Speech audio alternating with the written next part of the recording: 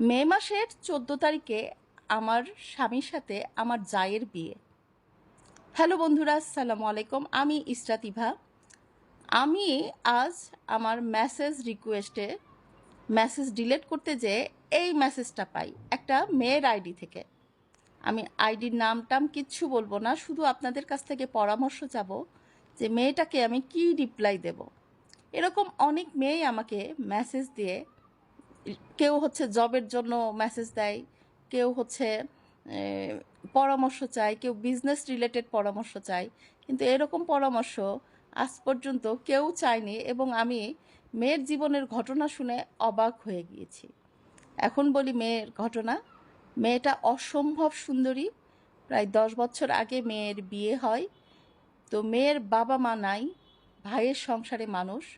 ভাই দেখে শুনে বেশ ভালো ঘরে বিয়ে দিয়েছে। স্বামী হচ্ছে টিচার, আর মেয়ের কোনো ননদ নাই। মেয়ের স্বামী হচ্ছে স্বামী আর দেবর। দেবর প্রবাসী, স্বামী টিচার। গ্রামে জমি জমা আলা মানে বংশীয় ফ্যামিলি আছে না, সেই বংশীয় ফ্যামিলিতে মেয়ের বিয়ে হয়। মেয়েটা লিখেছে বিয়ের প্রথম কয়েক বছর স্বপ্নের মতো কেটে যায়। আমি আমার সুখের গল্প বিভিন্ন গার্লস গ্রুপে আমার আইডিতে শেয়ার করতাম। বিয়ে দেখতে মানে সুখের সময় দ্রুত কেটে যায়। দেখতে দেখতে 6 বছর হয়ে যায়, ওর বাচ্চা কাচ্চা হয় না। এর মধ্যে ওর দেবরের বিয়ে হয় এবং দেবরের বিয়ের 3 মাস পরেই দেবরের স্ত্রী প্রেগনেন্ট হয়। তারপর দেবরের আমি কিন্তু খুব শর্টকাটে বলছি, কারণ এত লম্বা ভিডিও কেউ দেখবে না। যাই হোক, এখন দেবরের স্ত্রীর খুব মানে ফুটফুটে সুন্দর একটা পুত্র সন্তান হয়। তখন ওর শাশুড়ি যে ওকে আদর করতো, মায়ের স্নেহতে আদর করতো, স্বামী এত ভালোবাসতো।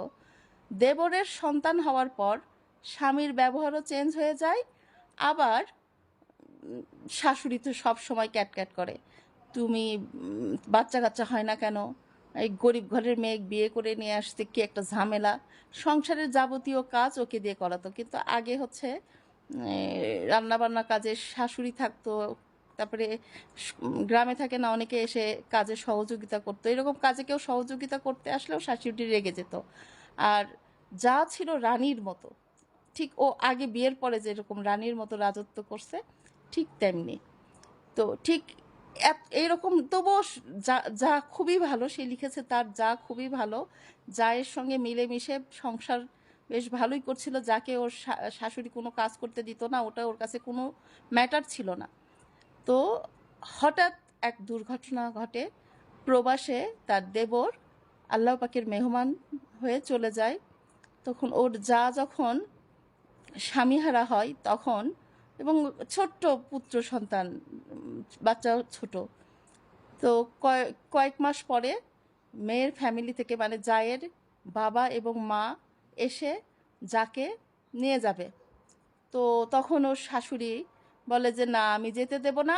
আমি আমার বৌমাকে আমার ঘরেই রাখবো, আমার নাতিকে আমার ঘরেই রাখবো। যেহেতু আমার বড় বউ বাচ্চা টাচ্চা হয় না, সেহেতু আমি হচ্ছে আমার বড় ছেলের সাথে বিয়ে দেব। বুঝে শুনে সবাই এটাতে মতামত দেয়। এরপর যা হয় সেটা হলো, মেয়েটা মানতে পারছিল না, যা কিন্তু রাজি হয়ে গেছে। কিন্তু মেয়েটা এখন সে কি করবে? তার ভাই খুবই দরিদ্র, সে ভাইয়ের সংসারে ফিরে যেতে পারবে না। আবার এখানে যা যাকে স্বামীর পাশে সেটাও সে মেনে নিতে পারছে না। তাই সে পরামর্শ চেয়েছে সে এখন কি করবে। বন্ধুরা, আপনারা যারা এতক্ষণ এই কথাগুলি শুনলেন, অবশ্যই একটু আপনাদের মূল্যবান মতামত দিয়ে আমাকে সহযোগিতা করবেন, যাতে আমি তাকে ভালো একটা পরামর্শ দিতে পারি। ভালো থাকবেন, সুস্থ থাকবেন। আল্লাহ হাফেজ। আসসালামু আলাইকুম।